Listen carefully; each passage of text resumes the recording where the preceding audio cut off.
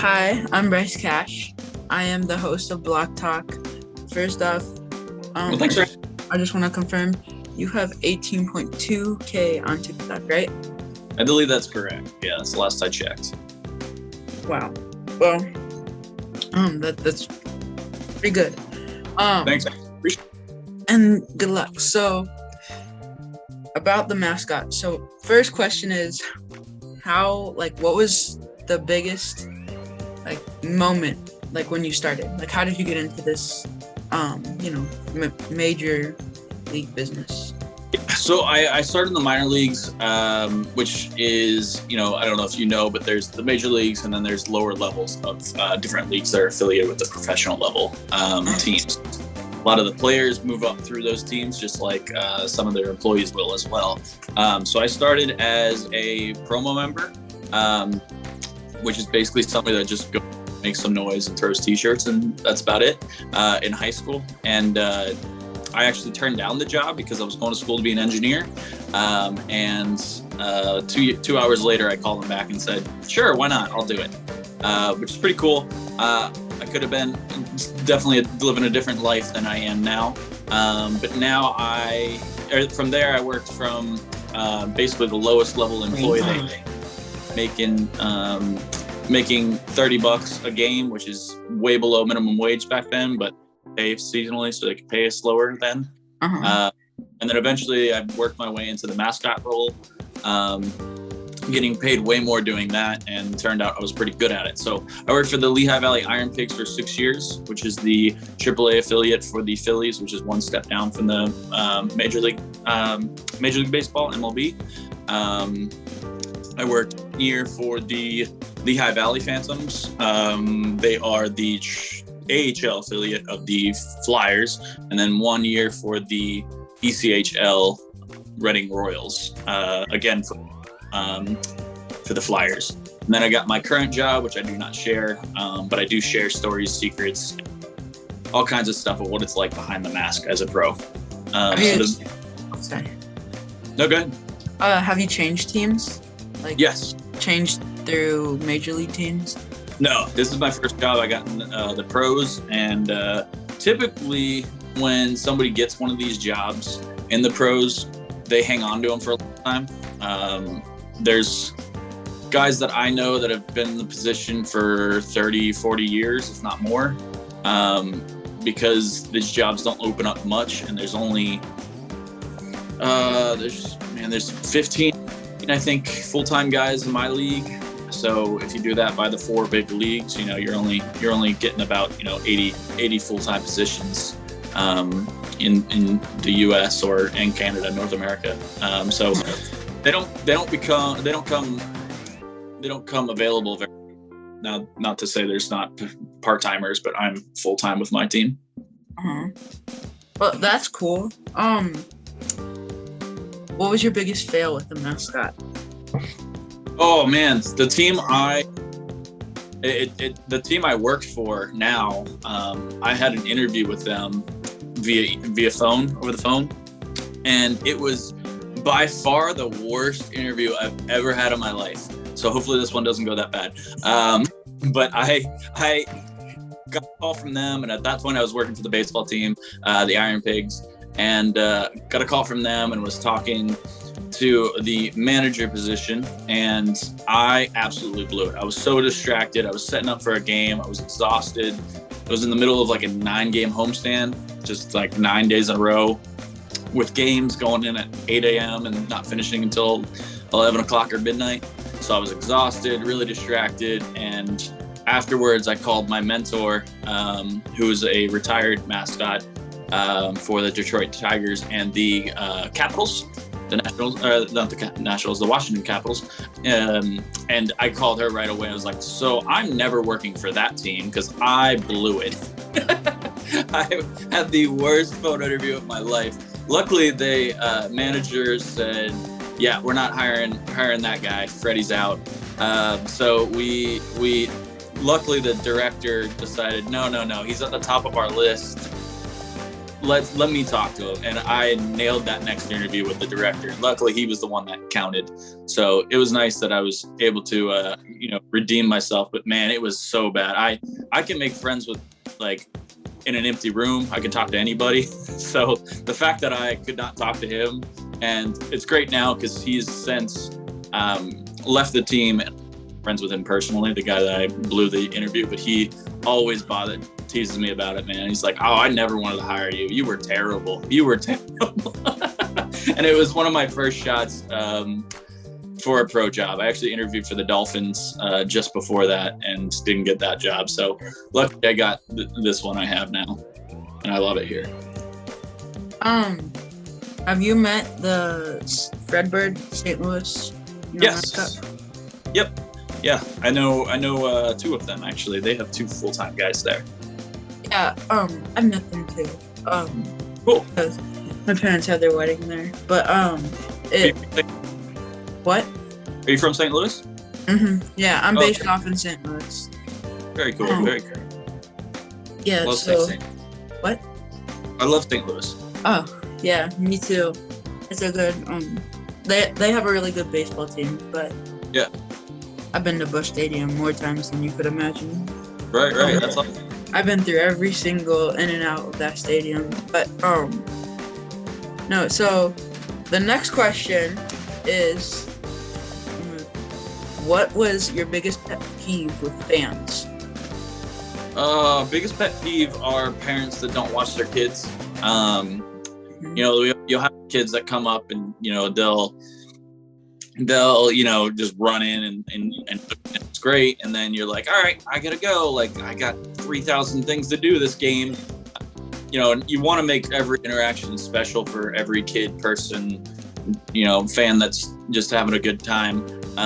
We like I said, like a lot of us say, we live to create special moments, memories, all that. And sometimes there's a group of kids and there's one kid that's just trying to take the whole spotlight and just keeps following. And it's tough to give every person that special moment when this one kid is just all over and the parents just sitting back, drinking a beer or whatever it is at the game, on the concourse or where I'm at. So that's probably one of my biggest pet peeves. Other than that, it's the people that don't understand what we do for a living. And I'll get a lot of like news reporters or something like that are like, hey, I want to be your character during the game. I'm like, no, this is my job. Like, this is what I do. You can't just do it. And you're like, you have to train your body to do these things. You have to stay in shape. You can't just throw anybody in there. This is actually like you need to do professionally at level. It's not like, somebody holding a sign out front by the street for a tax company or whatever. I think that really bothers me when people are just like, all he does is around and goof around, which is a lot of it. Don't get me wrong. That's a lot of it. But, it's the people that, underestimate and, belittle what we do. So what was your funniest moment as a mascot this year?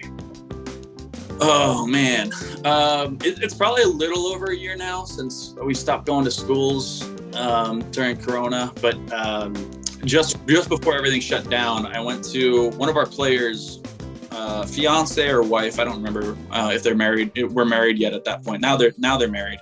But she's a school teacher. She teaches kindergarten, and we walked in and my character's doing all kinds of jokes, writing on the board, all kinds of stuff. And it was a kindergarten class, right? We walk in and all these kids are dying laughing. They're rolling on the ground. They're sitting on the carpet during like reading time or whatever it is. And they're loving it. They're giggling.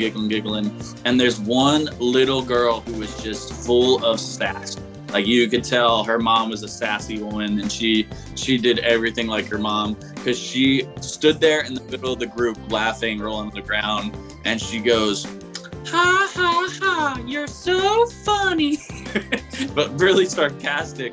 And I audibly laughed. I broke character. I laughed out loud because it was so funny to me, because she was taking none of it. She didn't want any part of my character. But you could tell she was doing it for like the attention and wanted to be that. Like, she was still smiling, but she had all the sass in the world. It was awesome. Made me laugh out loud. And that's usually the only thing that really makes me break character, is when somebody else makes me laugh, which is really fun. When I'm working with other characters, we try to make each other laugh. That's funny. So yeah, that's another thing. You can't break character when you're in your position. And can you talk or? So yeah, we do. My character makes noises anyway, so you can kind of communicate through that. But a lot of the times, the only people I really talk to is my assistant, and then he'll do all the talking for me, or she, depending on the day. I have a male and a female assistant, but she will be able to communicate for me. But if there's something specific, I'll kind of lean in close to him and whisper to him. But other than that, I usually just have hand signals. Like, if I want a picture taken, it's pretty easy. Silly string, a sticker, I'll tap my shirt, something like that. It's pretty easy, where I can just kind of show people hand signals, or my assistant will know, like, hey, something's wrong, without needing to talk to them. I can just, go like this, like, get me out of here. I'm in bad shape, which I've used that only once, but my helmet, on the inside of my helmet's a lacrosse helmet, and the front pad that goes across your forehead came off, and it like slid down in front of my eyes, so I couldn't see anything, and I couldn't fix it because the fur's in the way, so I couldn't get to it to move it out of the way out of my eyes. So I was blind and just went like this, and like said, cut it, we gotta go. And my assistant came over and was like, are you okay? I'm like, I'm fine, I can't see anything, get me out of here. And I like grabbed the back of his shirt. He just like ran me out of there. And we were just like, I just had to trust him that he was taking me the right way, because I had no idea where I was. Sold out game, bunch of fans. And he's just like, sorry, we gotta go. Sorry, we've got a place to be. Sorry, we gotta be on the news. He just made up some excuse for us. All of a sudden we had to go because we had a line of pictures, but I couldn't see. I couldn't do anything at all. I didn't know if the kid was walking up towards me or if it was a group of fans, like adults or whatever it is. Okay. Now we're gonna move on to 30-second trivia.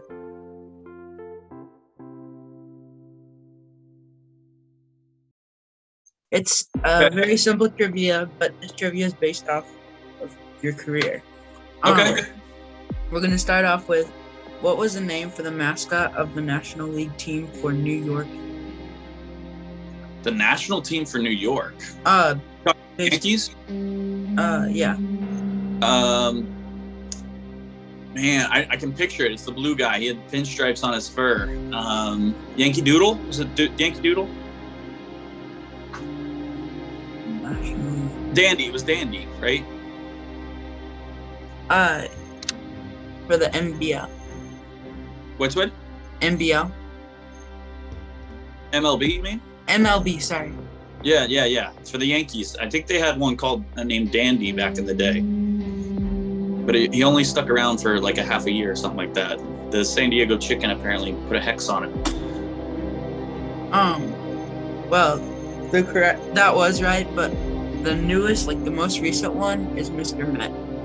The baseball. Oh, I got it. For the Mets. I was thinking for the Yankees. My fault. Yeah. Okay, so this is a relevant one. Okay. Which team used a white elephant for a mascot in its early days in Philadelphia? The Athletics, right? The A's? Okay, you know your stuff. Yeah. That was right. Yeah. Okay. What is one of baseball's most active mascots since its team inception called? It's the name of the Florida Marlins mascot. Billy the Marlin? Oh my god, I am impressed. Yes. Yeah. It's right. Okay. Though this team won the 2001 World Series champions, has another animal nickname. What team mascot was Baxter the Bobcat? He was a Bobcat for or still is, I think, for the Diamondbacks. Right? Oh, you got that right again. Yeah.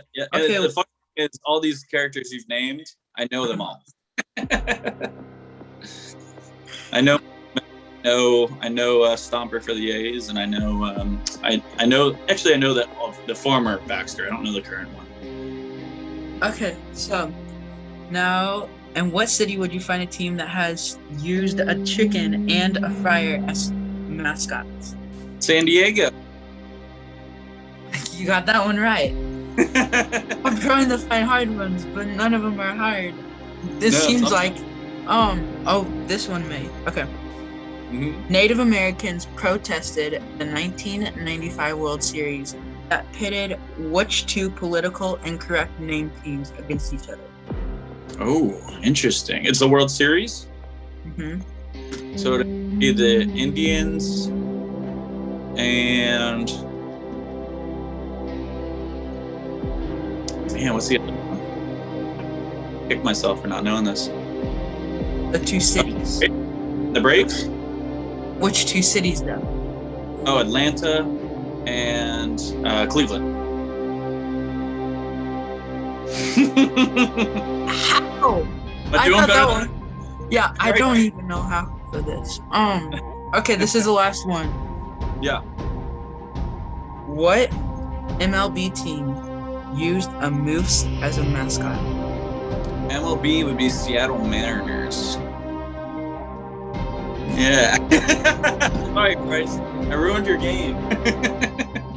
This is like, you know all of it. Yeah. Well, I'm just gonna show one of your videos real quick, and we'll come back. What mascot performers are thinking? Wow! And nobody.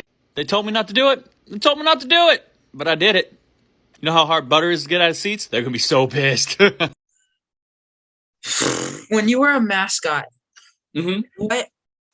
I'd explain it.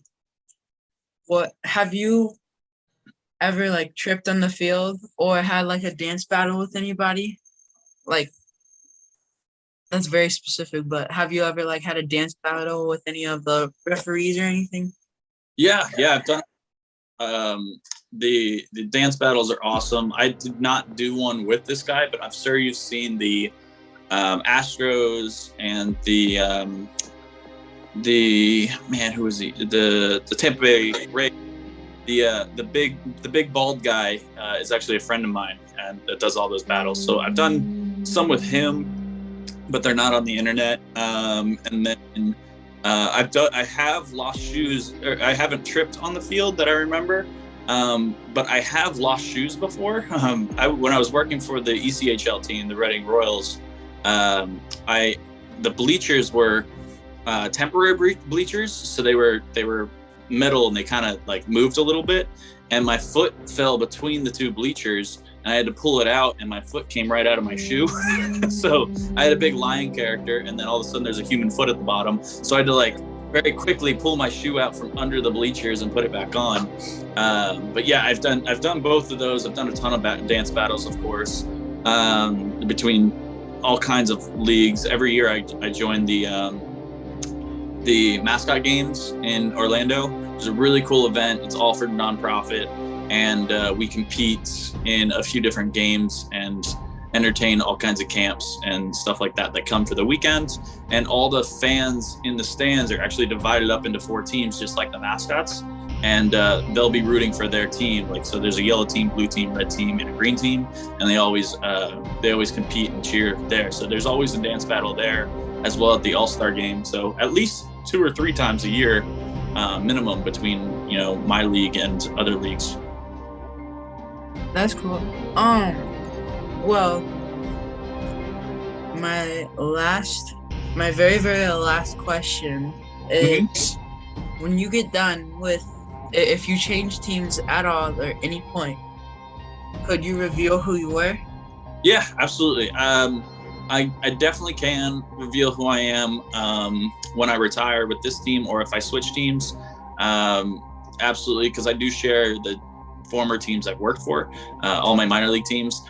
But I also have, a couple of my followers on Twitch and stuff have actually figured it out. So there's probably, a dozen or so people that have used all my clues from all my TikToks, Twitter, Twitch, Instagram, all those. I slide in some clues and I slide in a whole bunch of tricks as well, just to throw people off, including the infamous pink glove here.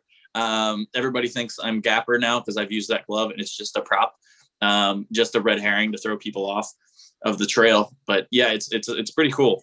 So yeah, I could definitely do that when I do retire. But I don't know when that'll be. And I do like the mystery. It keeps people engaged and people coming back looking for more. That's cool. Well, thank you so much for joining our interview today. And everybody go follow him on the socials. They're all right here. And have a good day.